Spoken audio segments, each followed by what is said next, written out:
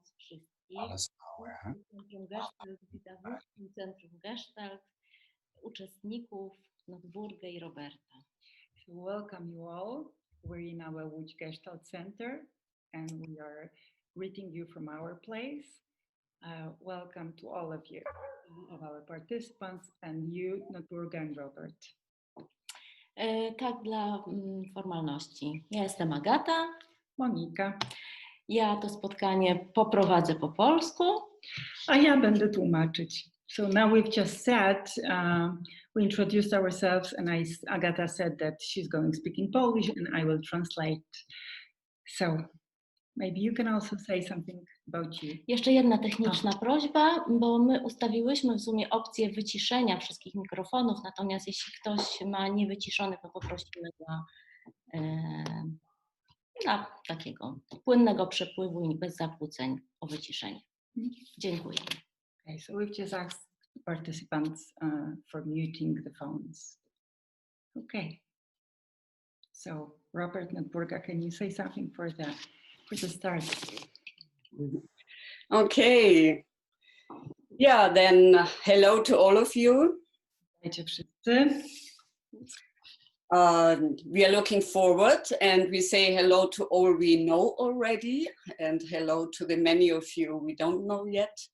Cieszymy się bardzo na to spotkanie. Witamy się z wszystkimi, których już znamy i z tymi, których jeszcze nie znamy. I met Monica in Greece some years ago and there she asked me if I would like to come to Poland for a workshop around sexuality. And so I have been 2-3 times and also Robert has also been already there for an introduction workshop. Kilka lat temu poznałam Monikę w Grecji na konferencji w Atenach i tam zaprosiła mnie do Polski, abym poprowadziła warsztaty z seksualności. Od tego momentu byłam już kilka razy w Polsce, Robert również. Robert był u nas raz na razie. Yeah, welcome everybody.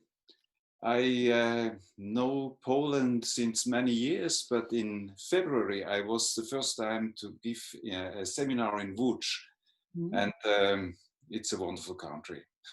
Witajcie wszyscy, ja znam Polskę już od wielu lat, ale w lutym tego roku byłem pierwszy raz w Łodzi, żeby poprowadzić warsztat. I Polska jest pięknym krajem dla mnie. Ja. Dzisiejsze spotkanie będzie rozmową, będzie wywiadem. Pytania przygotowałyśmy na podstawie tych pytań, które od Was spłynęły. So today's meeting is going to be a kind of conversation, interview. We prepared the questions on the basis of the questions you send us. Na pewno nie uda się nam uwzględnić wszystkiego. Starałyśmy się wybrać te, które wydawały nam się najciekawsze. For sure we won't be able to answer every question because there were plenty of them, but we chose the most interesting ones and we hope that we will be able to ask them to you and that you will be able to answer. No dobra, 90 minut to nie jest zbyt dużo czasu, więc zaczynajmy. Okay, since 19 minutes is not a lot, let's begin. Na początek chciałybyśmy Was spytać o to, co wyróżnia Wasz styl pracy. Z parami pracują terapeuci bardzo różnych modalności. My wiemy, że Wy macie w swoim zawodowym doświadczeniu sexual grounding therapy, psychoterapię przez ciało. I w jaki sposób z tego korzystacie? Co wyróżnia Wasz styl pracy z parami? So the first question is about what distinguishes your style of working with couples, because therapists of many modalities work in their own style, and what is so special for you? Yeah, maybe vielleicht short before we are a couple since 25 years. And since more than 25 years, we are on this road of working also together, being a couple and working together. Więc może na początek powiemy, że my też jesteśmy parą od 25 lat i od tych 25 lat pracujemy razem, wspólnie i też jesteśmy ze sobą. And one important background is body psychotherapy. And another important background is sexual grounding, which has this ripening model of ripening stages from sexuality and relation throughout the whole lifetime. Więc w naszych korzeniach takich zawodowych, w naszym doświadczeniu są dwie najbardziej istotne rzeczy. Jedną z nich jest praca z ciałem, body psychotherapy, a druga to jest sexual grounding therapy. To jest podejście oparte na fazach dojrzewania w rozwoju psychoseksualnym. And we were working in many countries already, mainly in Europe, but also some countries outside of Europe. Pracowaliśmy dotychczas w wielu krajach, głównie w Europie, ale również w krajach poza Europą. And what we meet is that there are many similarities between the different countries, but of course also some differences. To, z czym się spotkaliśmy, to bardzo wiele podobieństw, pomimo różnych narodowości, ale również pewne specyficzne dla danego kraju sprawy. And your question was about the special style of working, what is special in our approach. Wasze pytanie dotyczyło tego, co jest takie specjalne, specyficzne w naszym systemie pracy. So we are mainly at home in the humanistic approaches, like Gestalt therapy and other body approaches. Głównie w tych humanistycznych podejściach, takich jak terapia Gestalt albo podejście związane z pracą z ciałem. And our approach is very much body experience oriented. Więc nasze podejście jest ukierunkowane bardzo na ciało i na doświadczenia płynące z ciała. And we see sexuality always in the context of a relationship. I zawsze postrzegamy seksualność w kontekście relacji. And we also see sexuality embedded in the family system. So parents and children and so on, they play a role in our approach. I seksualność postrzegamy również jako taką ucieleśnioną w systemie rodzinnym. Więc zarówno rodzice, dzieci, cały system rodzinny odgrywa w naszym podejściu dużą rolę. So when we work with couples, then we have always the developmental frame of a relationship that is a growing process, a ripening process, also through lifetime. So it's the difference if you have a couple, depending on the age or depending what issues they are facing in their lifetime situation. And also, Yeah, please. Więc kiedy pracujemy z parą, zawsze mamy na myśli też taką ramę, którą tworzy etap rozwojowy, na który jest dana para, ale też etap rozwojowy, w jakim jest na przykład wychowując dzieci i z jakimi oni się wtedy konfrontują i spotykają z sytuacjami na danym etapie rozwojowym. And what I also see as a special element in our work is that, of course, we want to support the people to become more and more self-regulated and able to act as adults. Więc to, co jest też, co nam przyświeca, co jest naszym celem w tej pracy, to jest to, aby pomagać ludziom w tym, żeby coraz bardziej mogli regulować sami siebie i stawali się coraz bardziej dorośli w tym. But we also have elements to support the ripening and to become more adult. Mamy również takie narzędzia, metody, które wspierają tą samoregulację i proces dojrzewania do dorosłości. So we nourish also the child perspective in the people and the pubertarian perspective in the people, so people can like fill up their experiences in life to become more adult. Więc wspieramy również te aspekty, które są takimi dziecięcymi aspektami ludzi, żeby mogli je karmić, dojrzewać i docierać do dorosłości w trakcie tego procesu. So when you have a couple, you often have this projective field that I have the desire that you as my partner give me everything what I need. And often those needs you can refer back to childhood needs who have not been met. And to come then to the adult position in the relationship, not see the other as a need fulfiller. That's a step. Często, kiedy pracujemy z parą, spotykamy się z tym, że pomiędzy partnerami pojawia się całe to projekcyjne pole, w którym postrzegam mojego partnera jako kogoś, kto zaspokoi wszystkie moje dziecięce potrzeby i pragnę, żeby to zrobił. I momencik, bo tu się pogubiłam, chyba długa wypowiedź. Notburga, you said that there is this projection field and that you are expecting, desire that your partner will fulfill all your needs, yes? This childish needs, yes? Sometimes, yeah, it can be that. Więc też pracujemy z tym, tak, żeby para mogła też uświadomić sobie te momenty i odnosić się do siebie bardziej dorośle w procesie. For example, when I have not been affirmed by my father, he didn't see me as a nice, beautiful woman, then I want from my partner to get compliments or that he tells me that I'm beautiful and I'm not here and say, yes, that's me. And I bring myself into the relationship. I want it from the other. That's, for example, an example. Notburga podaje tutaj taki przykład, że kiedy na przykład kobieta nie otrzymała od swojego ojca takiego poczucia, że jest piękna, nie dostała od niego uznania jako dziewczynka, jako kobieta, to później nie może wnieść siebie jako pełnej kobiety do relacji, tylko oczekuje od swojego partnera, że to on daje jej to uznanie, którego nie otrzymała od taty.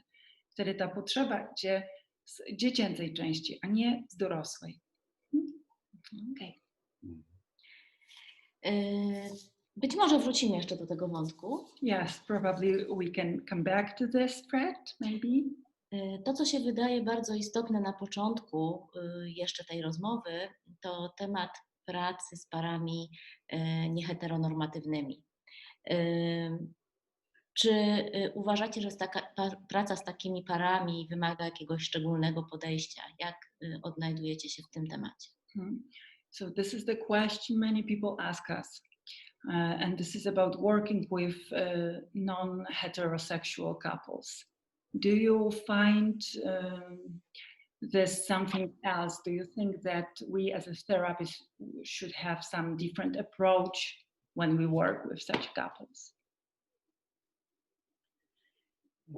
When I work with homosexual couples, no matter a female couple or a male couple, you have similar dynamics between the couples. So actually on one side, it's not a big difference of working with, because it's couple dynamic and that's the same.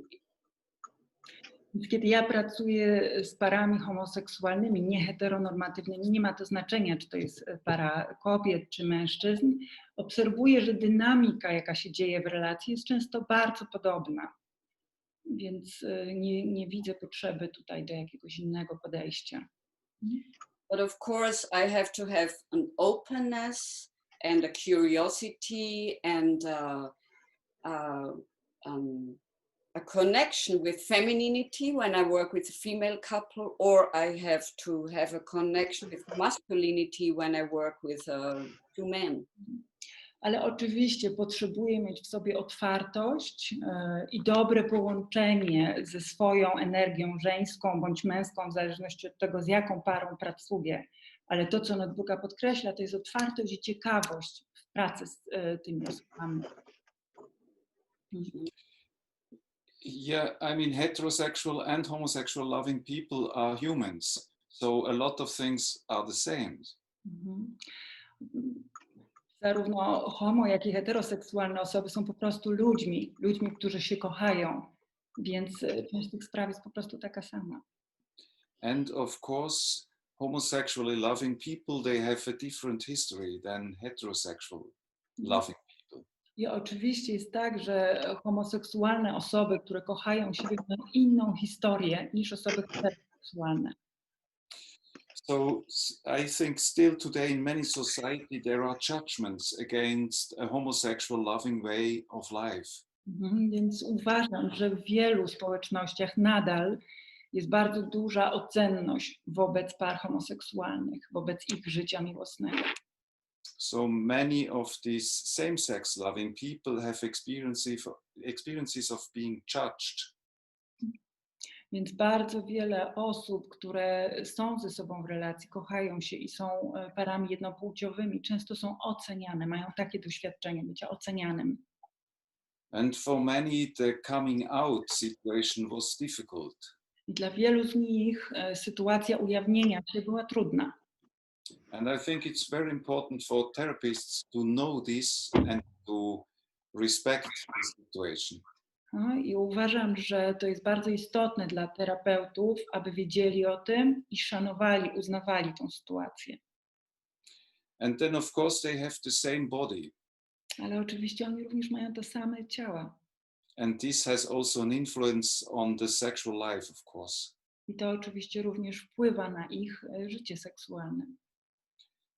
And it has special an influence if it is about having children.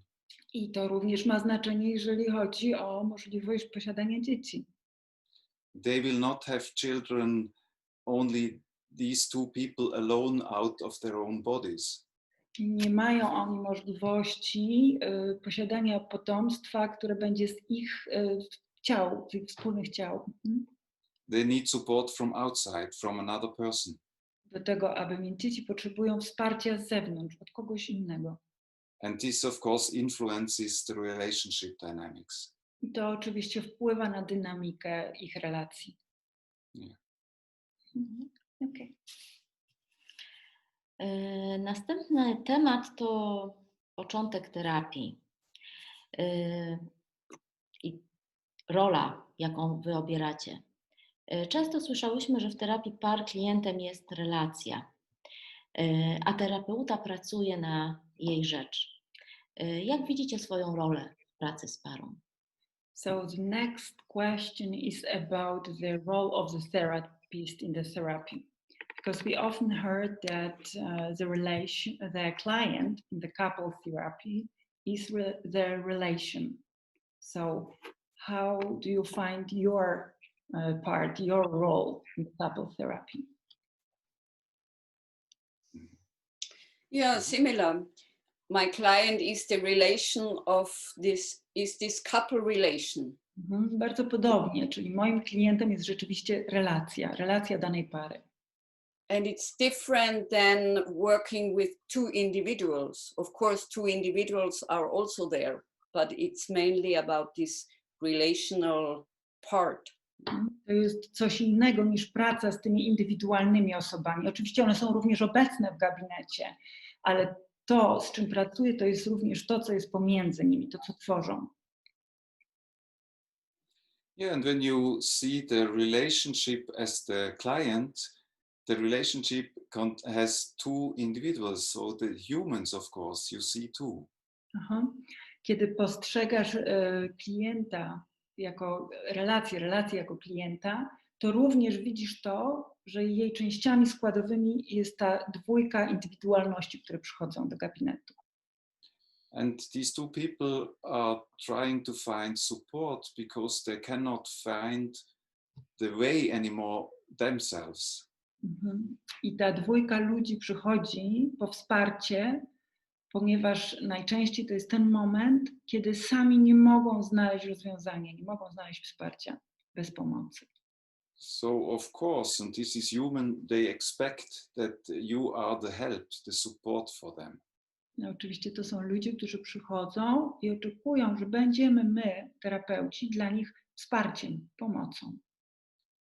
And I think one role we can try to take is to be the catalyst in the relationship. Więc myślę, że jedną z ról, jaką możemy wziąć wtedy, to jest bycie katalizatorem w tej relacji. So in a way that their potential can come out to find solution and it's not me who brings the solution. W takim kontekście, że pomagamy im odkryć, połączyć się z tym ich wewnętrznym potencjałem, dzięki któremu mogą znaleźć rozwiązanie.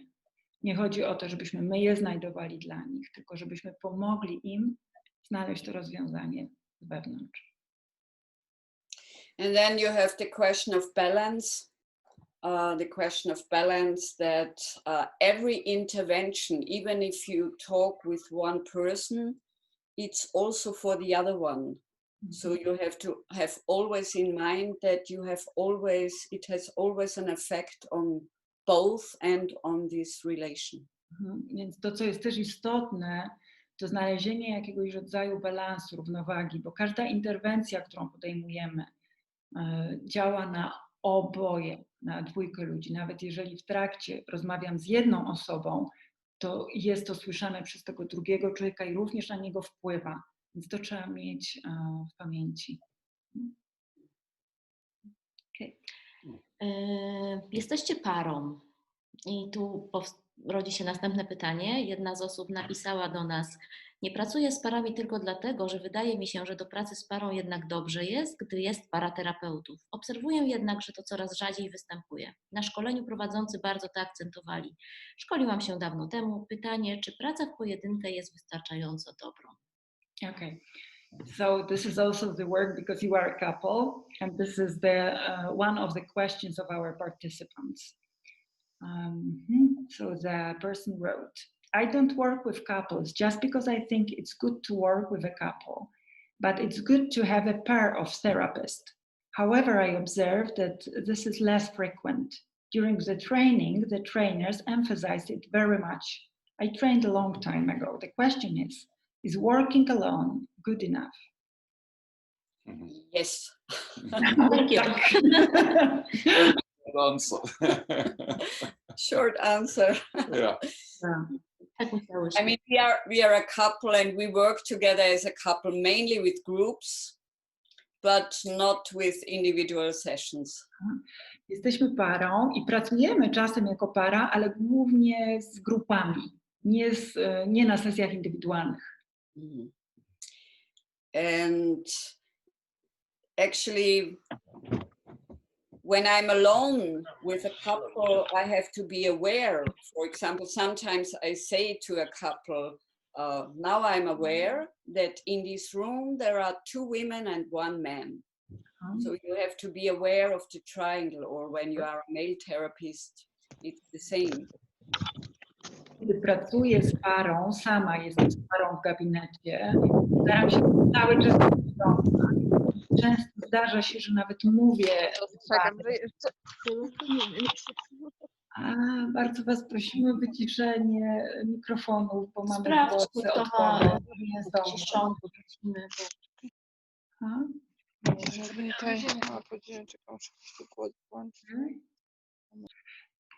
I'll come back.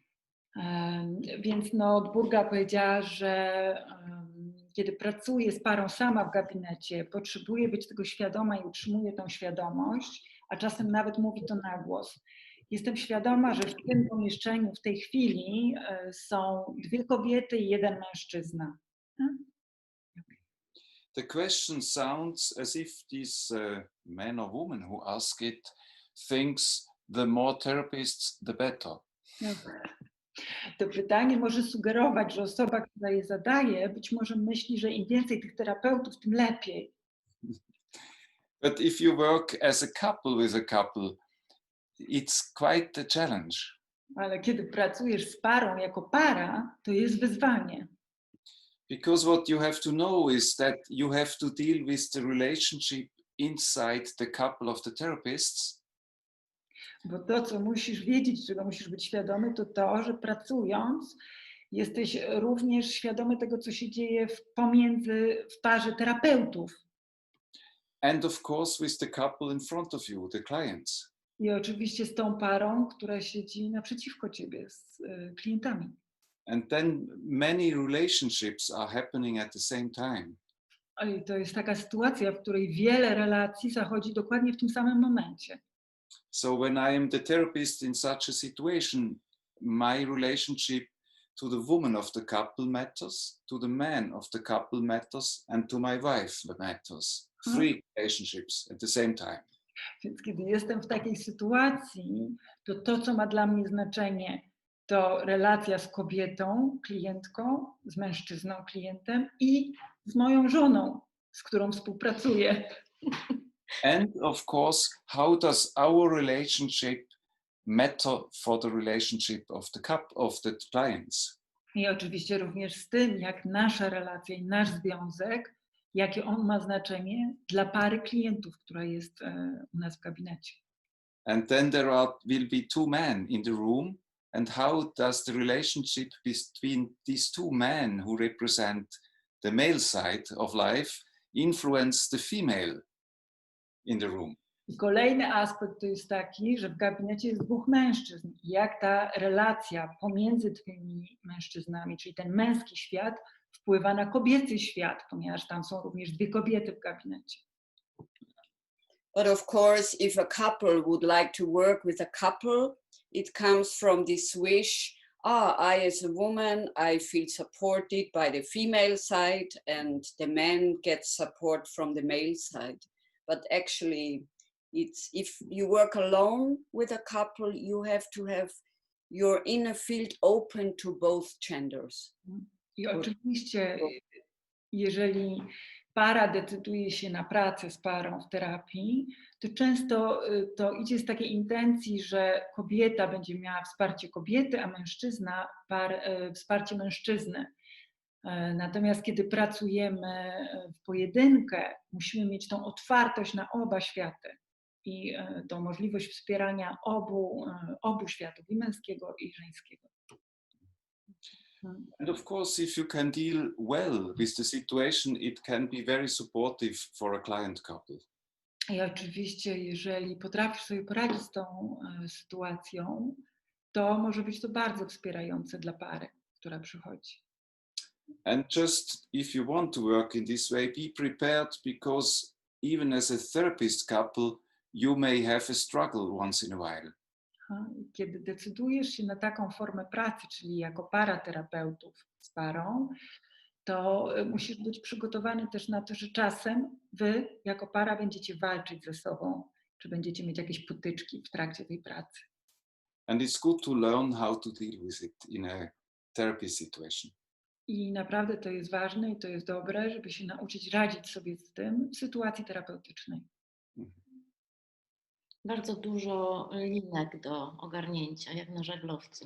So there are many strings, to handle, just like a huge boat, yes, when you have to.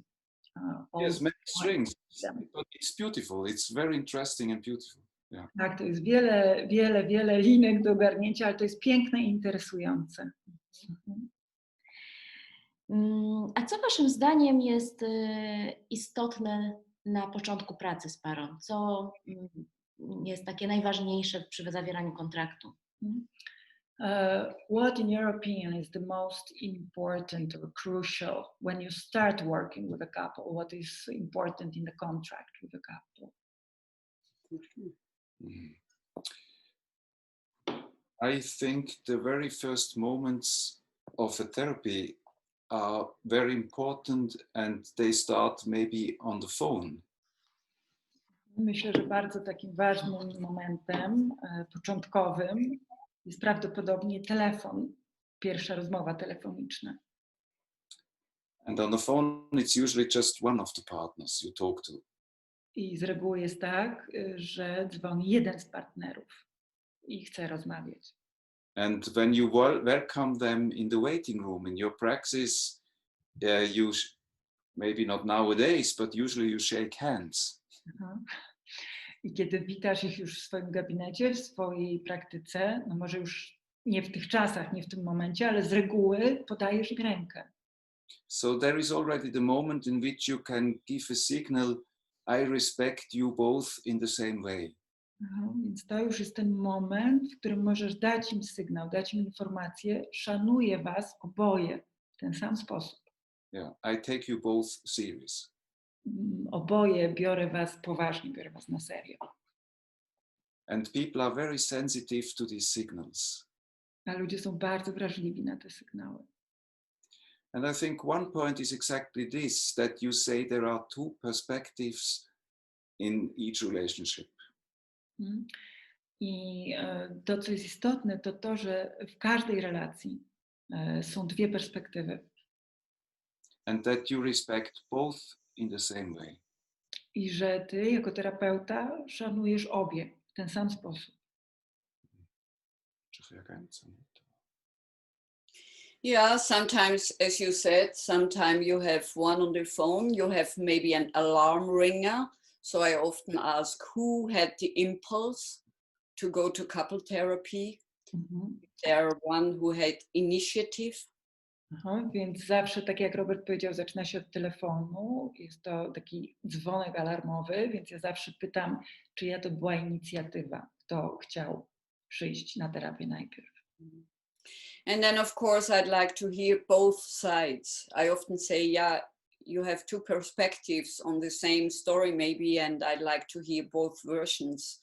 Why you are coming? What is your, since when you are a couple? What are the main important steps that you did in your relationship? And of course, what is your issue? What is it? What is your goal? What is it that you wish? To, co jest dla mnie ważne, to jest też to, co powiedział Robert, czyli żeby uznać, że tam są dwie perspektywy i zawsze mówię do pary, jest was dwójka, chcę usłyszeć obie historie tego, co się dzieje w waszej relacji, obie historie tego, czemu tu jesteście, co was tu sprowadza, jak to widzicie, każde z was. To trochę już uprzedza kolejne pytanie, czyli czy pracujecie, kiedy para przychodzi z dwoma różnymi celami? Co wtedy robicie? So it brings us to another question. What do you do when the couple doesn't have one goal and each of the partners wants something else in the therapy? What do you do? Then you have to work on, you have to work on this. When you have two different poles or two different goals, maybe which are contradictory, you cannot work. To jest pierwszy temat do pracy, żeby znaleźć to, co będzie wspólne, bo kiedy masz dwa różne cele, jest to jakaś sprzeczność, nie możesz z tym pracować wtedy. Więc zaczyna się praca właśnie od tego, żeby znaleźć to, co jest wspólne. So you have to take time to really find out what is it that you, or what does the relationship need? Come back to the relationship.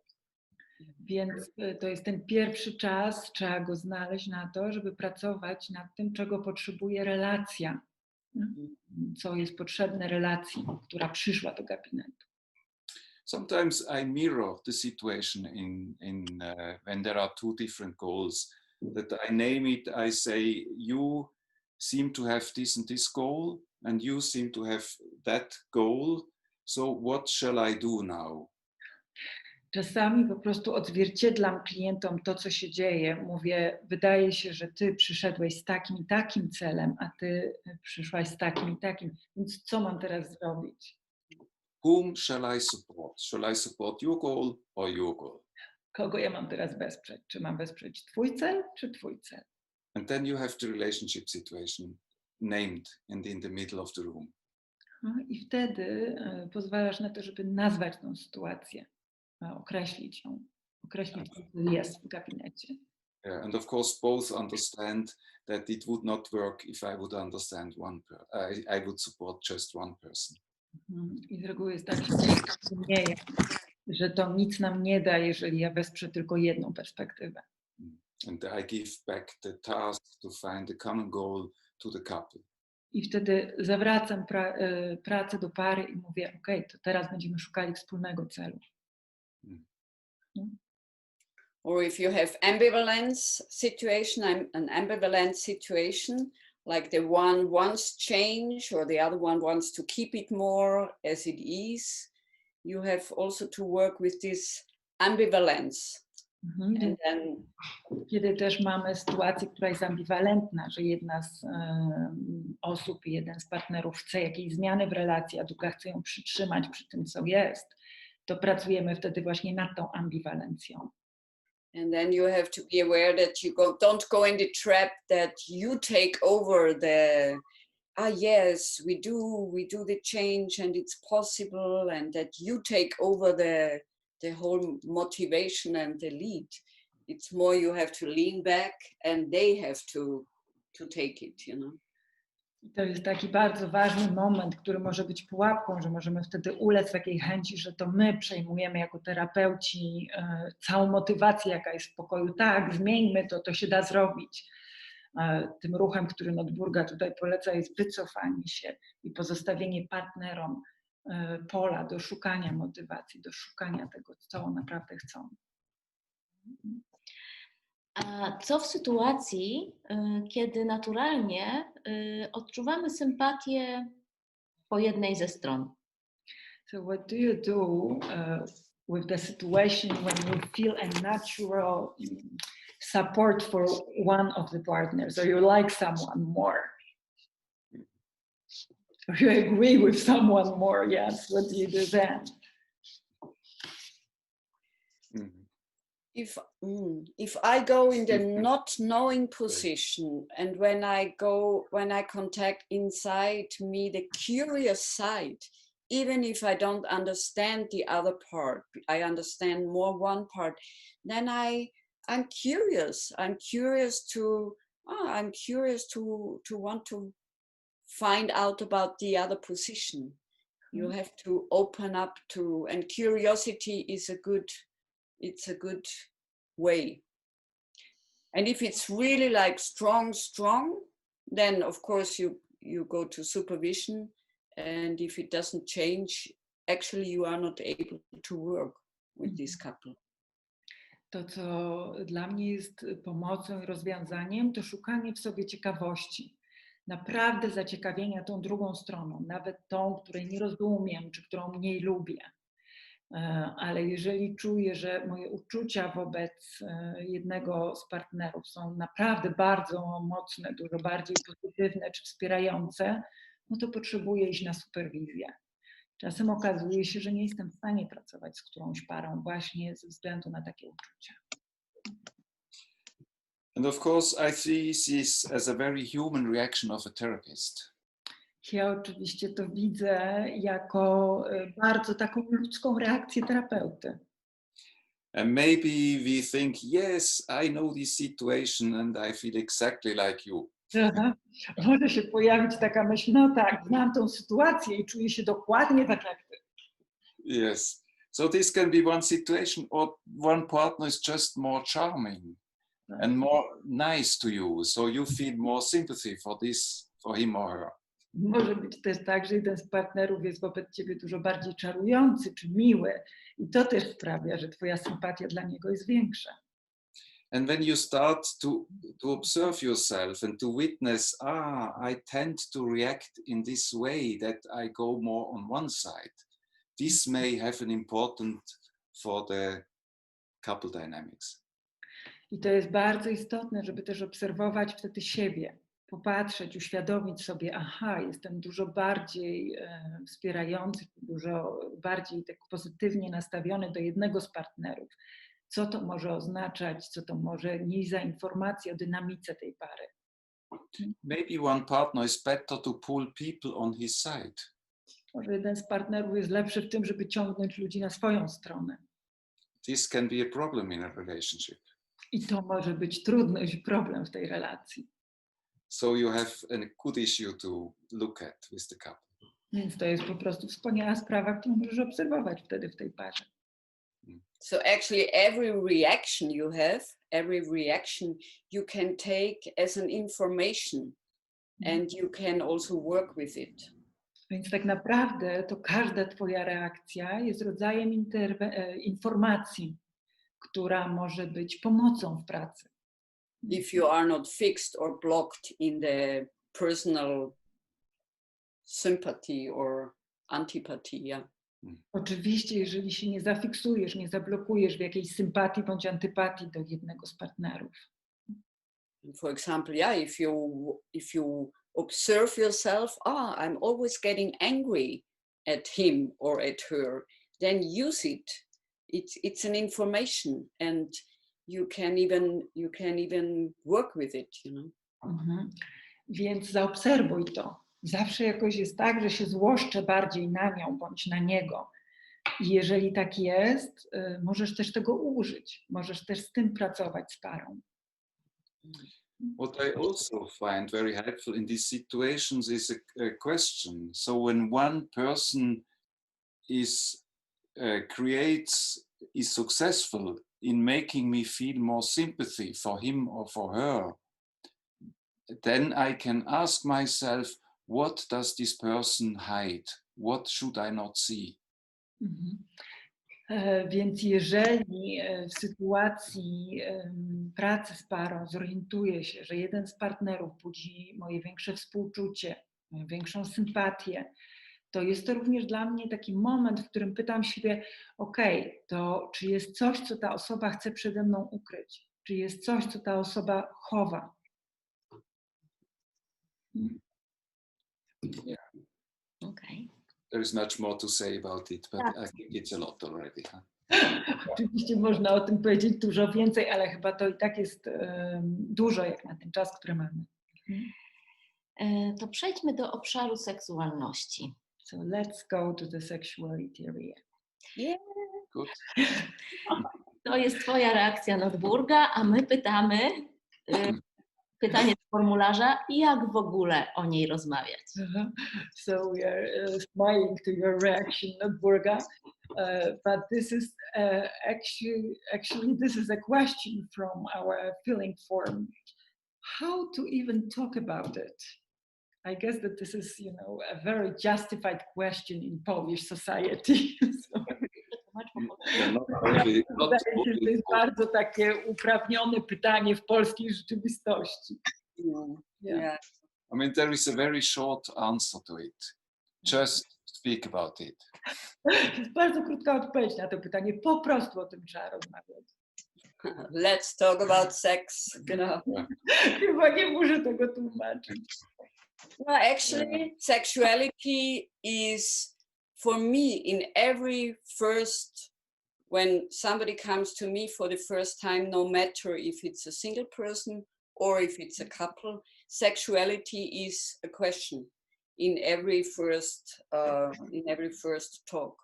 Mm-hmm. So it's a question, how do you live sexuality, and how is it? How is sexuality in your life?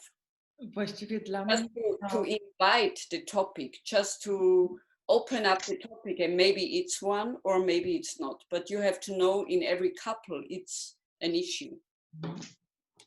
Właściwie dla mnie jest tak, że bez względu na to, czy do gabinetu przychodzi para, czy osoba indywidualna, to po prostu to jest temat. To jest temat, który wnoszę też na pierwszym spotkaniu. Jak jest z twoją seksualnością? Jak jej doświadczasz? Jak nią żyjesz?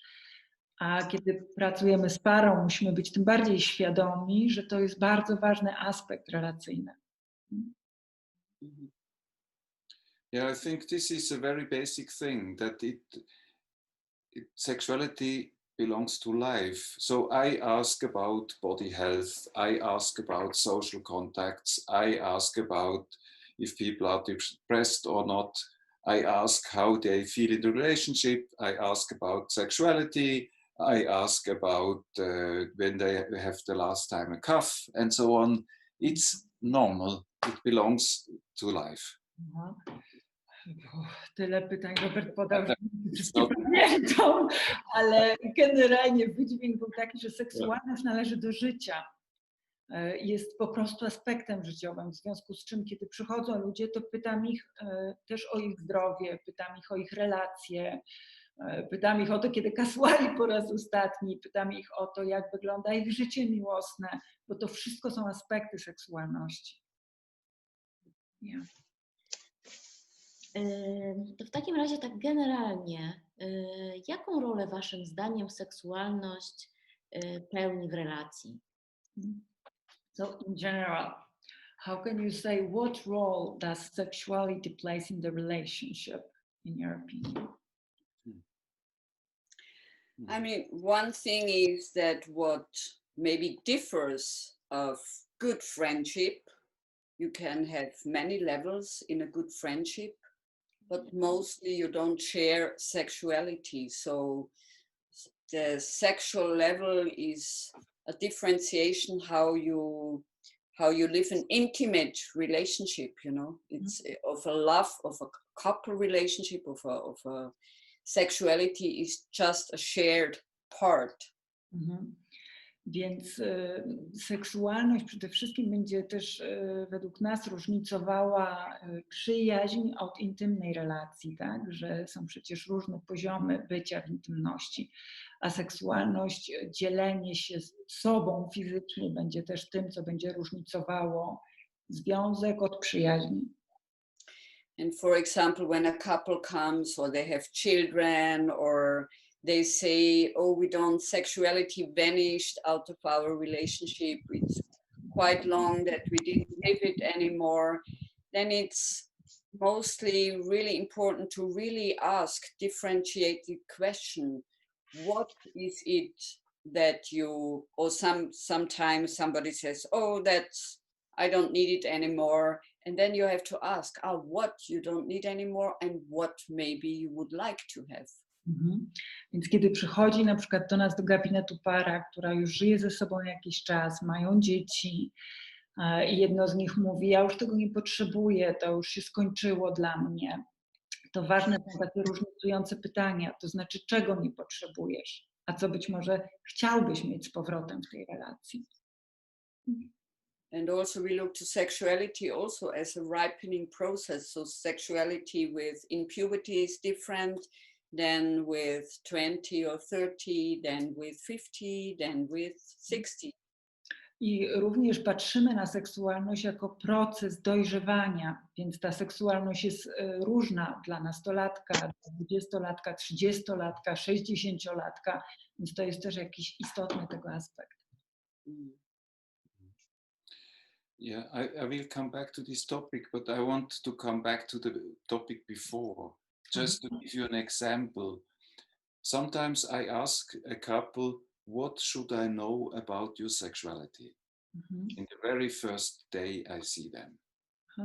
Więc ja wrócę jeszcze trochę do poprzedniego tematu, o którym rozmawialiśmy, w odpowiedzi na to, czyli kiedy widzę parę po raz pierwszy, czasem pytam ich, co powinienem wiedzieć o waszej seksualności. This is a very open question and it gives them a lot of freedom to react. To jest bardzo otwarte pytanie i ono daje parze bardzo dużo wolności w zareagowaniu na nie w odpowiedzi. And I give the signal sexuality matters. I to jest też sygnał, który ja daję dla pary, że seksualność ma znaczenie. And now I make the connection to the last question. I can also ask, what role does sexuality have in your couple? I teraz już odpowiem na to pytanie, o którym teraz rozmawiamy. Czyli następnie pytam parę, a jakie znaczenie, jaką rolę odgrywa seksualność w waszym związku? And do you have the wish that it gets a different role in your relationship? I czy chcielibyście, żeby odgrywało inną rolę? And of course, sexuality since it is so physical and so direct, when the bodies meet, it can be very intimate and bring up the deepest issues. I oczywiście seksualność jest bardzo bezpośrednia, bardzo fizyczna. Kiedy spotykają się dwa ciała ze sobą, może to budzić różne sprawy, różne wątki w każdym z partnerów. And then I think in the society today, at least in our countries, everybody speaks about sexuality and thinks everybody should be sexually very developed. I teraz, szczególnie w naszych krajach, wszyscy chcą rozmawiać o seksualności i myślą, że powinniśmy być bardzo w niej rozwinięci, doświadczeni. So I think a lot of people have a performance stress about sexuality.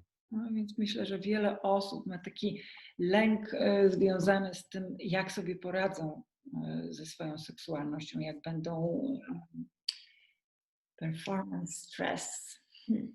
szukam słowa po How polsku. they should be in sexuality. Excuse me? How they should be in sexuality. Jak powinni w ogóle być w tej seksualności, jak powinni ją przeżywać. Yeah. And we try in our work to bring sexuality back to the ground, sexual grounding, and to develop it on a human level and not on an idealistic level. I w naszej pracy, w naszym podejściu próbujemy sprowadzić seksualność na ziemię, stąd też jest ta nazwa sexual grounding. Czyli próbujemy z powrotem seksualność sprowadzić do takiego ludzkiego wymiaru, a nie do jakiegoś idealistycznego, wymyślonego wymiaru. And there, for example, with couples, when you have a sexual issue, however, one wants more than the other, or whatever the issue is, then you can ask the question, what was the sexual relationship, for example, of your parents? What was the role model that you got of a relationship? And many people cannot even imagine that their parents had sex. Still now, you know. Więc kiedy przychodzi do nas para i doświadcza jakichś problemów związanych z seksualnością, na przykład jedna osoba ma dużo większe potrzeby niż druga, często pytam ich, a jak było z seksualnością u waszych rodziców? Jaki dostaliście model seksualności ze swoich domów? I często to jest dla nich absolutnie zaskakujące pytanie, bo oni sobie nawet nie mogą wyobrazić swoich rodziców uprawiających seks. And then, of course, when you have children, you find yourself sometime in the old, you find yourself maybe repeating or finding yourself in the same patterns that maybe already your parents had, or the opposite ones. I oczywiście, kiedy już masz dzieci, jesteś długo w relacji, możesz czasami zaobserwować u siebie takie same wzorce, bądź powtarzanie różnych wzorców, takie, które były w twojej rodzinie, u twoich rodziców, bądź wręcz odwrotnie, życie według czegoś, co jest całkowicie przeciwne do tych wzorców. So as we work with sexuality in general and also with couples, it's much more than only technique, you know. It's not about how can I get a better orgasm, or of course the body physical level is also a very important one, but it's always the relational dimension is an important element. Więc kiedy pracujemy z seksualnością, nie tylko z parą, również indywidualnie, to nie jest tylko na temat technik, czyli na przykład jak mogę mieć lepszy orgazm, tylko to jest zawsze umocowane w taki sposób relacyjny, w systemie, w jakim dana osoba funkcjonuje.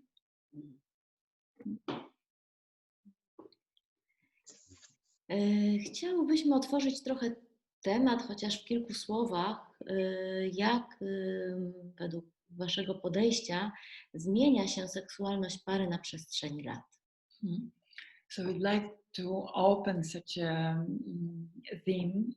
How, according to your approach, the sexuality of a couple is changing over the years?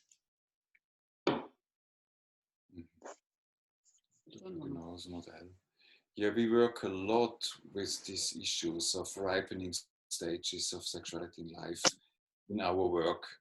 We usually start in childhood and come to puberty, different stages in adulthood, until old age, until the death.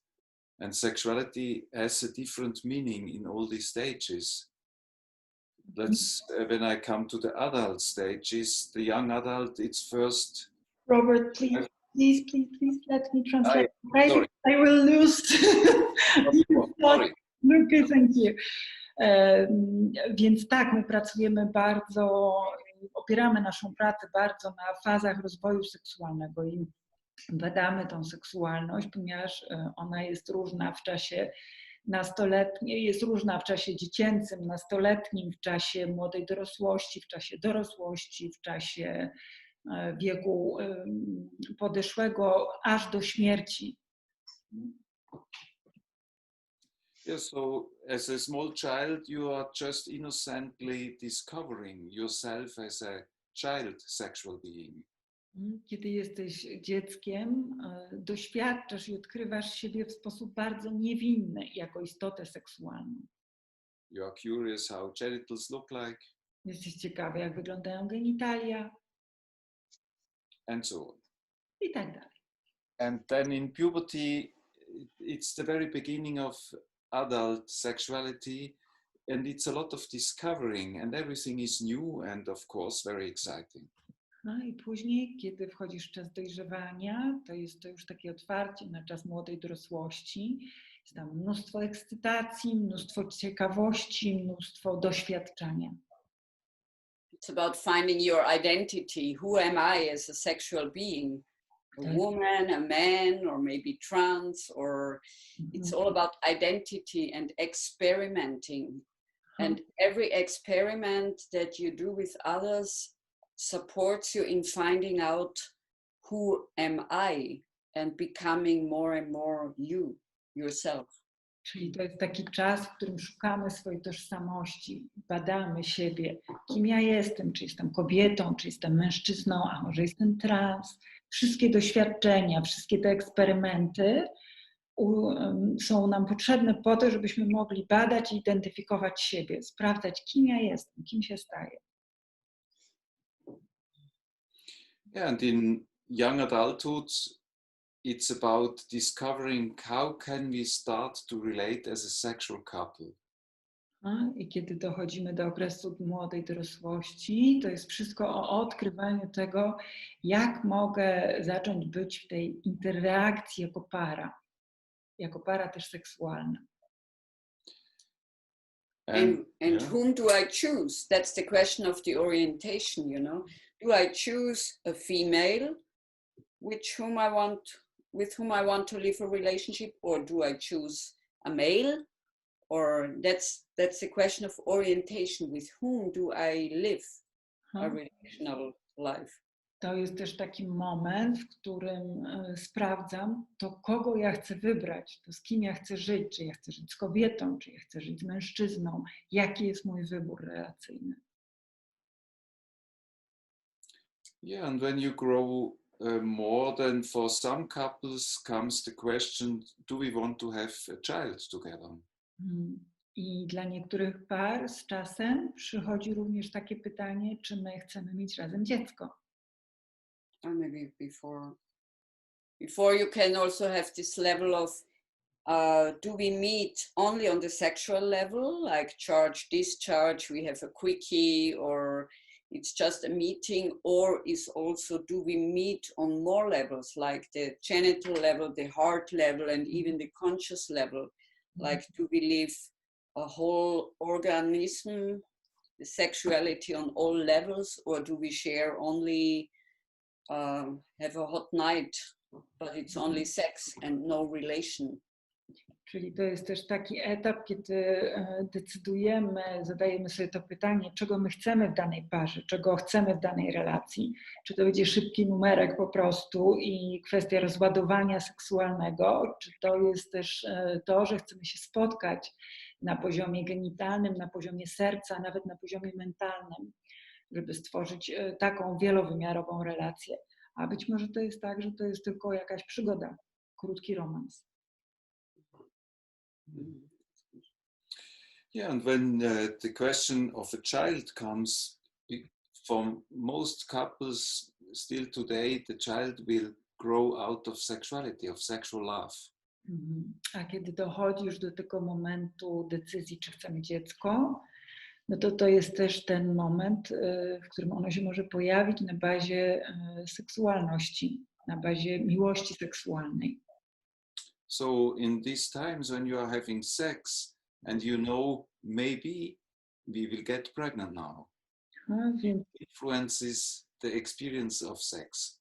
więc w tych momentach, kiedy się kochacie i przychodzi taka myśl, to być może będziemy mieli dziecko, być może właśnie zajdziemy w ciążę, to również wpływa na to doświadczenie tego spotkania seksualnego.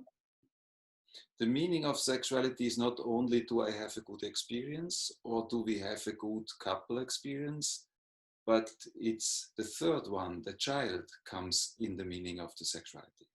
I wtedy znaczenie seksualności już jest szersze. To nie chodzi tylko o to, czy ja będę miał dobre doświadczenie, czy będę miała dobre doświadczenie, czy jako para będziemy mieli dobre doświadczenie, ale dochodzi jeszcze ten trzeci element, czyli czy pojawi się dziecko. So there we talk a lot about the third element of a relationship. What is the third element where one is not two but three?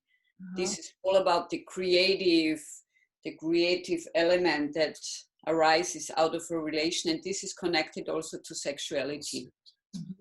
Więc to jest też to, co jest w ogóle w naszym podejściu ważne, że pojawia się jakiś trzeci element, który jest współtworzony przez parę, który się wytwarza dzięki tej seksualności, dzięki temu spotkaniu, więc wtedy 1 + 1 nie jest już 2, a jest 3.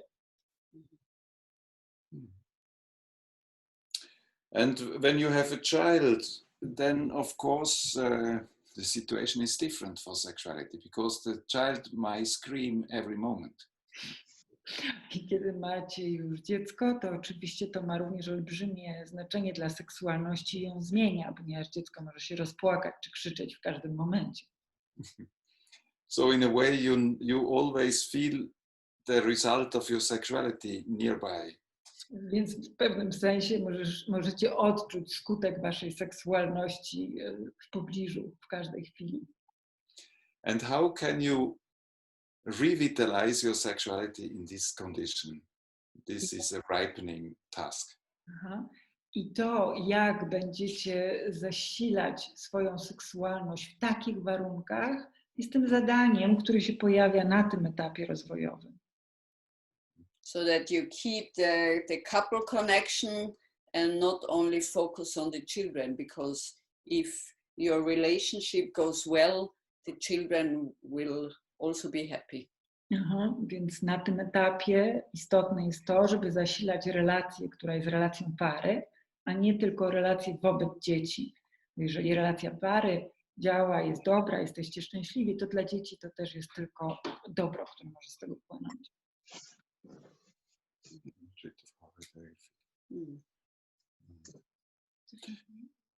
Yeah, and of course, the ripening stages go on like this. So when, for example, women come in the menopause situation, then the possibility of having a child starts to disappear in the couple. I oczywiście jak idziemy dalej w tych etapach rozwojowych, to kiedy do gabinetu przychodzą kobiety, które są w okresie menopauzy, to wtedy to prawdopodobieństwo ciąży, dziecka zanika. And men are growing older too, physically. I się również starzeją fizycznie. And this influences sexuality for both. I to wpływa na seksualność ich obojga. And again, it is a time of reorientation, of finding a new style, how you want to live sexuality together.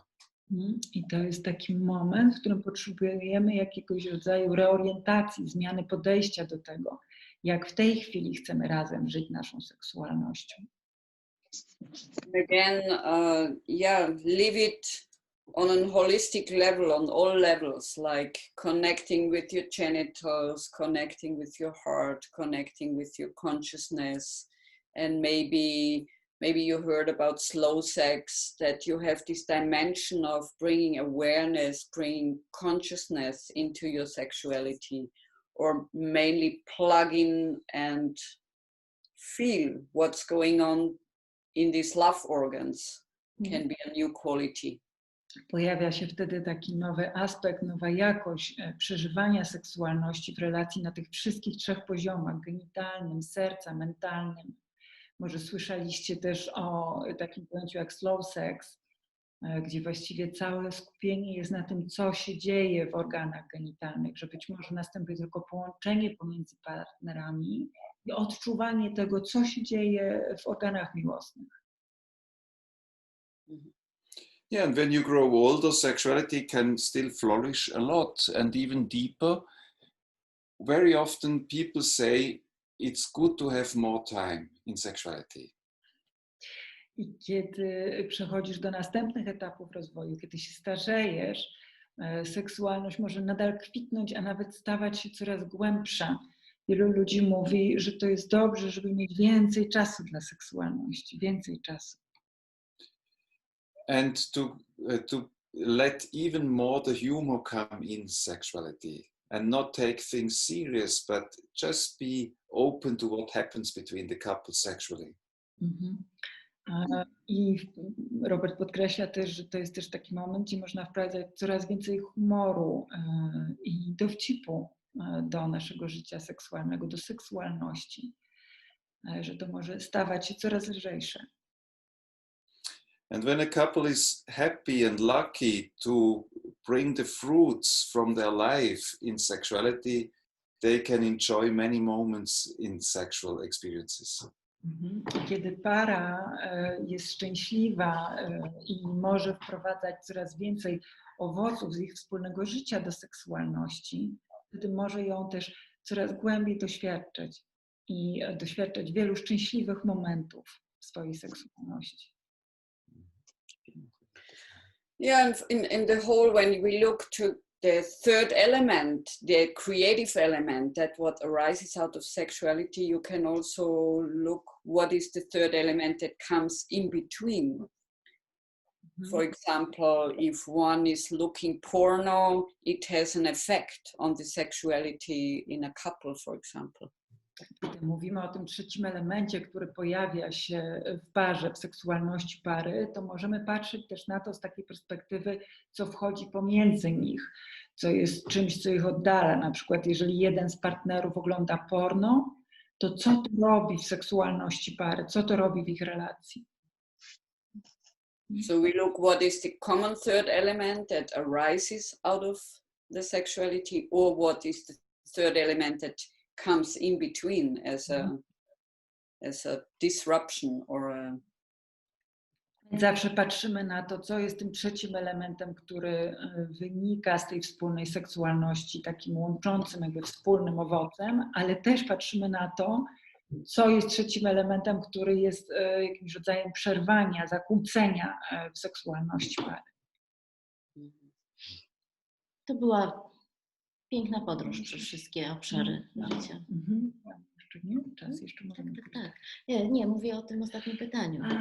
So Agata said that it was a beautiful journey through all those stages of life.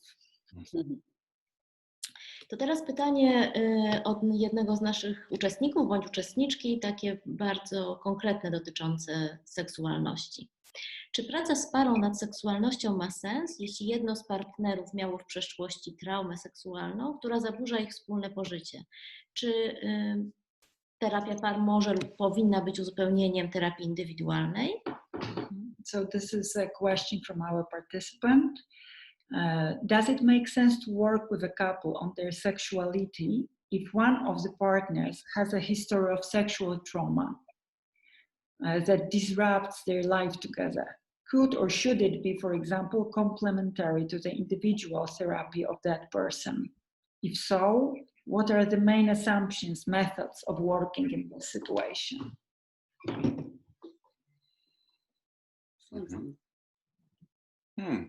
I think this is quite often this situation. Że to jest bardzo częsta sytuacja. And trauma can have different sizes.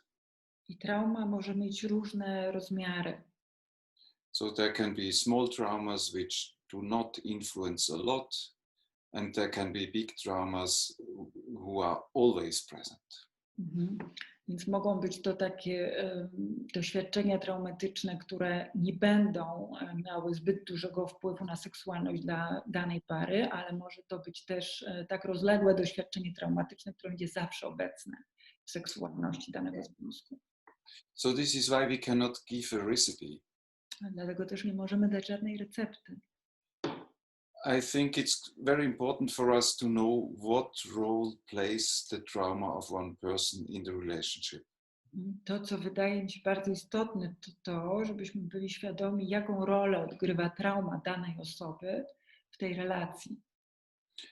And with some traumas, I think it's even possible to develop the trauma influence in a couple situation.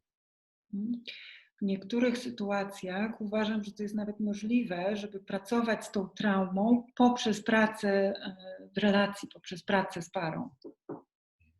That when the partner knows a bit how to deal with it, they can reduce the effect of the trauma together. Więc kiedy partner takiej osoby wie, jak sobie radzić z tą traumą, wie, jak sobie radzić z tym doświadczeniem, to może ograniczać, pomniejszać jakby wpływ traumy dla danej osoby. And sometimes it's probably needed parallel, that you can continue in a couple situation, working with them. I czasami to jest równoległe, że możesz pracować z parą w tej sytuacji.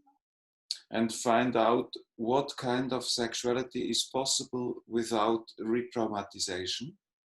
I sprawdzać, jaki rodzaj seksualności jest możliwy, aby nie retraumatyzować tej drugiej osoby.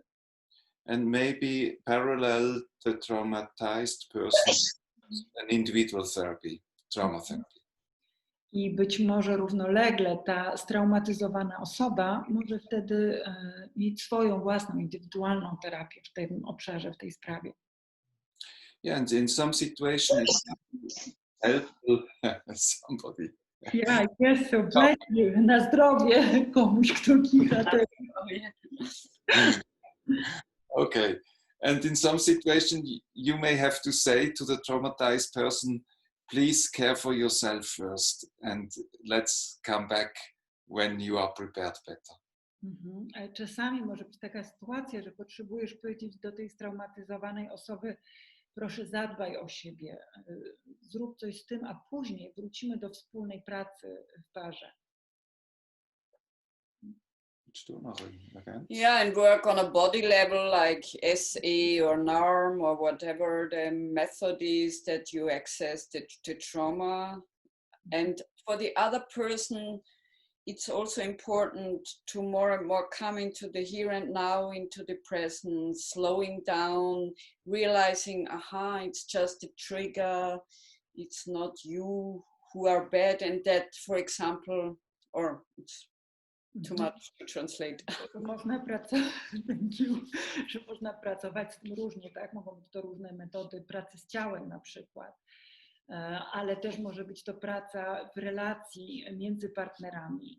Taka praca na poziomie świadomości, że osoba straumatyzowana uświadamia sobie, że to jest tylko jakiś rodzaj tego, co uruchamia tą traumę, że to nie partner jest zły, to nie partner robi krzywdę, tylko ta sytuacja uruchamia uczucia związane z wydarzeniem traumatycznym. Yeah, and to, for example, that the husband who is holding back himself not to be causing the trauma for the woman, so that he knows, aha, when he has a sexual impulse, this is basically good, you know, not that he's bad guy just because that he has sexual impulses. So it's sometimes important to also that she hears that, you know, that. To jest bardzo ważne też w takiej parze, kiedy na przykład kobieta była ofiarą jakiegoś przekroczenia seksualnego, może się zdarzyć, że mężczyzna będzie próbował powstrzymywać swoje impulsy seksualne, uznając je za traumatyzujące lub niedobre w relacji. I wtedy to, co jest istotne zarówno dla niego, jak i dla niej, to usłyszeć, że sam ten impuls seksualny nie jest niczym złym. Jest tylko właśnie tym, co może uruchomić jakieś stare reakcje partnerki. Natomiast samo to, że on ma impuls seksualny, jest dobre samo w sobie. Yeah, and maybe as a man, I would like to add that men and women can both be traumatized, not only women. Jako mężczyzna chciałbym również dodać, że mężczyźni również bywają straumatyzowani seksualnie. Nie jedynie kobiety, że mężczyźni też doświadczają takich traum. So in the last decades, I was very much confronted with the movement who pointed out how much women can be traumatized sexually. Mhm. Więc przez te ostatnie lata spotkałem się z różnymi takimi ruchami, które mówiły, jak bardzo kobiety mogą być straumatyzowane seksualnie. Which is true. Co jest prawdą. And more I discover how much men can also be traumatized and also in a sexual way, but it's not so much known yet. Mhm. Ale również na przestrzeni lat coraz częściej spotykam się z taką informacją, jak bardzo mężczyźni mogą być straumatyzowani, również w obszarze seksualnym.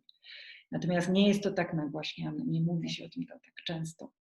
Yeah, so what I want to support is a bit the more balanced way of looking at traumatization. Yeah. To, co próbuję zrobić, to trochę wesprzeć bardziej zrównoważony sposób widzenia tego tematu bycia straumatyzowanym też w seksualnym obszarze. Mhm. Tak patrzę na czas, mamy niecały kwadrans. Chciałybyśmy też, ponieważ pomiędzy pytaniami, które do nas wpływały, pojawił się temat zdrady. Temat trudny, obszerny. Czy możecie w kilku słowach powiedzieć, jak pracować ze zdradą? Jak to widzicie? Since we have about 15 minutes to the end of our conversation, we'd like to ask you about something which was brought up by our participants. This is the question of betrayal. So how do you work with this, and how do you find this area in the relationship? Yeah, it's actually a situation that happens often. It's also a triangular situation that one goes out. Więc to jest taka sytuacja, która zdarza się dość często. To jest sytuacja, gdzie pojawia się trójkąt, gdzie jedna z osób wychodzi poza relację. And the first important thing is that you don't have the view of victim and one who is the Täter, was heißt Täter? Perpetrator and victim, you know. Więc pierwszą rzeczą, która wydaje nam się bardzo istotna, to jest to, żeby się oprzeć takiemu patrzeniu na tą sytuację, że ktoś jest ofiarą, a ktoś jest oprawcą. So that both have maybe a responsible part in it, you know, and that there is always a time before the first betrayal starts. Że w pewien sposób oboje są odpowiedzialni za tą sytuację, że zawsze przed momentem zdrady był jakiś czas, który do niej doprowadził i coś tam się działo. Then it's the question if it's a secret, the phase if it's a secret or if it's open, that you say it's transparent. Więc to jest też kwestia tego, czy to jest jawne, czy to nie jest jawne, czy to jest sekretem, czy też można o tym mówić. And danger when it's, as long as it's a secret, as it's you have in the projection, you know, the beloved outside gets the most ideal. Here with I can live I can be who I am, I can be myself. So it's all the positive projection field. And the partner often gets the negative projective field, you know.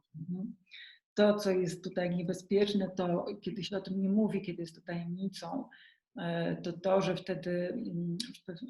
wtedy tworzą się takie dwa pola projekcyjne. Osoba spoza relacji staje się takim polem projekcyjnym idealizacji totalnej, nie? Że tam mogę być sobą, tam mogę robić wszystko, tam mogę być swobodny, natomiast partner dotychczasowy staje się takim polem do projekcji wszystkiego, co jest złe, wszystkiego, co jest nie takie. Yeah, and then it's when it gets into the open, then the work starts, you know. Mostly couples don't come in this phase when it's not known yet for the partner, you know. Więc moment, w którym to zaczyna być otwarte, w którym możemy o tym rozmawiać, to jest moment, w którym może się rozpocząć praca. Większość par nie przychodzi do terapii w momencie, kiedy to nie jest otwarte, kiedy nie wiadomo jeszcze, kiedy to jest wszystko w domysłach. And then it's all about, yeah, what is good to. I also asked the question, what is important to know, and where is knowing things not good because you use it against you or against the other. Więc to jest też takie ważne pytanie wtedy, co jest ważne, żeby wiedzieć o tej sytuacji, a kiedy ta wiedza nie jest dobra, bo będziesz jej używać przeciwko sobie bądź przeciwko partnerowi. And of course, what are you living maybe outside? What is missing here? What and how can this come back to the relationship? And what is needed to digest such a thing, so that you can see it's different phases or different stages how to work with when this is a topic. Więc też istotną taką perspektywą jest to, czego brakuje w tej relacji, a jest w tej zewnętrznej relacji. W jaki sposób możemy sprowadzić to z powrotem do tej pary. Oczywiście to jest proces też przetrawiania tego wszystkiego, który ma swoje etapy.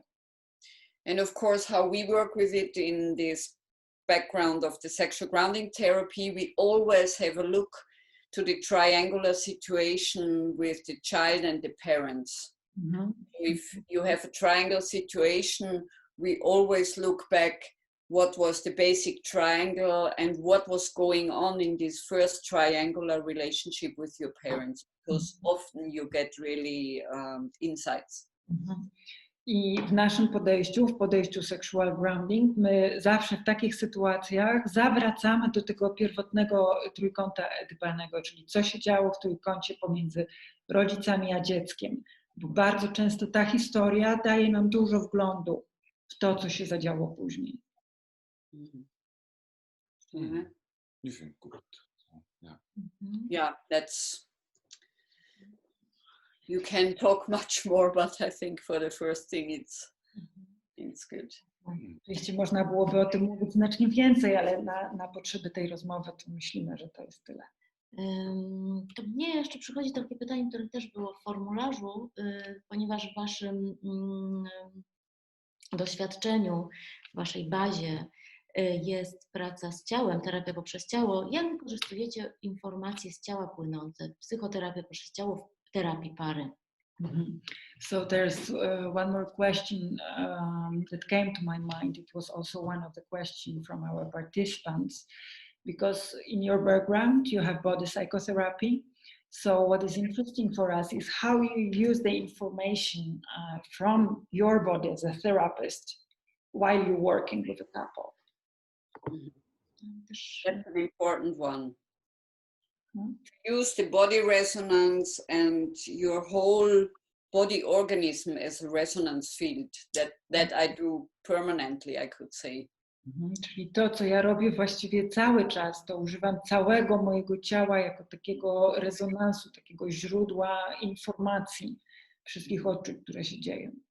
So working with this intersubjective field. And of course, this is if I work with individuals, but also with a couple. Więc to jest tak, jakbym korzystała z tego pola, które dzieje się też pomiędzy nami, ale ja to robię zarówno wtedy, kiedy pracuję indywidualnie, jak i z parą. Yeah, of course. I work a lot with my own experiences while I'm working. So it may happen that the couple is there and they are talking and explaining things on a very rational level, for example. I oczywiście ja również bardzo korzystam z moich doświadczeń z ciała, kiedy pracuję. Na przykład, kiedy przychodzi do mnie para i rozmawia bardzo na takim racjonalnym poziomie, na poziomie głowy. And I may start to feel a lot of anger in myself. A ja mogę na przykład zacząć czuć bardzo dużo złości w sobie. So this is an information for me, somehow the anger is hidden in this couple. Więc czytam to, być może to jest taka informacja dla mnie, że gniew w tej relacji, u tej pary jest ukryty. And I can start to explore with the couple, where is the anger and what does happen with the anger. Więc mogę zacząć badać i pracować z tą parą nad tym, a gdzie jest złość i jak ona jest ukryta. And how can this anger energy come out and find a good way to express? I jak ta energia złości może znaleźć dobrą drogę do wyjścia, do wyrażenia się i być właśnie formą wyrazu. And often in this anger is a message, and people, one or the other person of the couple wants to say something with a lot of emphasis, with a lot of importance. I bardzo często ten gniew jest jakiegoś rodzaju informacją, coś niesie za sobą. Często stanowi taki rodzaj wzmocnienia, jakiejś emfazy, która podkreśla daną informację. Yeah, and it's about finding this information. I think we are approaching the last minutes already, huh? Oh yes, you're right. Yeah. Tak, i dobrze, to ja jeszcze powiem tylko, że ten gniew wtedy podkreśla tę informację. Robert zauważył, że zdaje się, że już będziemy powoli kończyć, bo rzeczywiście jest już praktycznie 3 minuty. Mamy 3 minuty do końca. Sie müssen jetzt so ein bisschen Pauting von Kuchen. Ihre Ankündigung. Yes. What message do you want to give at the end? Jaką informację chcecie dać na końcu? No pytań oczywiście mamy całą listę, więc nie zadamy już pewnie żadnego. Ja jestem z takim uczuciem, że oczywiście otworzyłyśmy całą masę obszarów, ale tylko ich dotknęłyśmy. So we have a whole list, as you can see, of those questions. Of course, we haven't managed to ask them all, and we have such a feeling that we just opened many, we just touched many areas, but of course it's not everything. Yeah. Myślę też o tym, jakoś towarzyszyło mi w trakcie tego spotkania myślenie, jak wspomnienie doświadczeń, które mamy z Wami podczas warsztatów, które prowadzicie, warsztatów z wprowadzenia czy z rozwoju psychoseksualnego. So when we were talking, I was in contact with those experiences we have with you during the workshops you run here in Łódź. Jakby jak wagę tego podejścia, które przedstawiacie. So for me, this is that I can really feel the importance of the approach you are bringing here. Yeah, and of course in the work, it's a lot of body work, it's a lot of movement, it's a lot of really being in the dynamics of the relating. So it's not only talking, that's very important. Also with couple work, we don't only talk. So it's not a typical thing only to talk, but the real thing is more relaxed. Notburga mówi, że to jest typowa sytuacja, kiedy oni tyle mówią na ten temat, bo normalnie w pracy to jest bardzo dużo doświadczenia związanego z ciałem, z ruchem, z dynamiką, jaka się dzieje pomiędzy ludźmi. Tak, bardzo to czułam, miałam wręcz nadzieję, że się ruszysz, Notburga, bo Cię znam, jak się ruszasz i czekałam na ten moment wręcz. Agata said that she felt it so much and that she was anticipating that moment when you stand up and move, just because we know you from there, that you are such a deep. Unusual, yeah, to sit so long. Tak. Notburga, że nie jest przyzwyczajona do siedzenia tak długo, kiedy o tym mówi. Mamy jakiś moment zakłóceń z mikrofonami. Okay. No dobrze, to co? Zbliżamy się do końca. My na koniec powiemy, że mamy naprawdę dużą nadzieję na to, że namówimy Notburgę i Roberta na warsztaty dotyczące pracy z parą. Okay, so we are heading to the end, and at the end we want to say that we really hope that we talk you into running the workshops with a couple here in Łódź. Bardzo dziękujemy. Było nas tu w najwyższym momencie prawie 280 osób. To jest dla nas naprawdę doświadczenie. Byłyśmy bardzo zajęte i zestresowane. Dziękujemy Wam bardzo, że byliście z nami wszyscy. Yes, so thank you so much to all of the participants and to you, Robert. You know, in that most crowdy moment, there was almost 280 people here, so it was really a stress sometimes for us. But thank you so much for being here.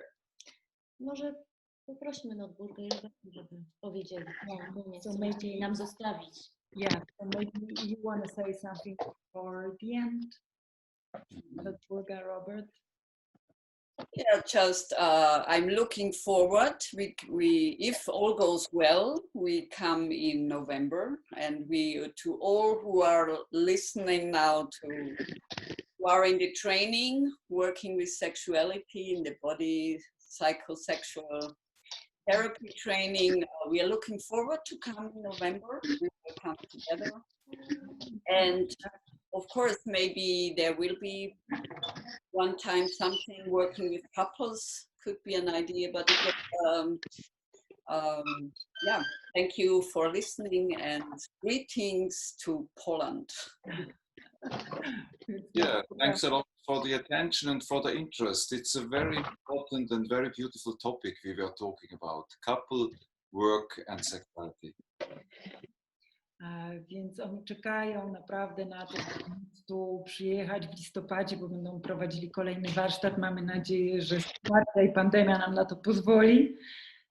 Robert też mówi, że jest to naprawdę piękny temat, seksualność, piękny i ważny i że bardzo dziękuję za Wasze zainteresowanie. Okay, so I guess that this is the moment we have to say goodbye then, yeah? Goodbye. Goodbye. I thank you so much. Dziękujemy Wam wszystkim bardzo. Tak. Thank you. Do zobaczenia gdzieś na drodze. Okay, bye. Goodbye. Thank you very much.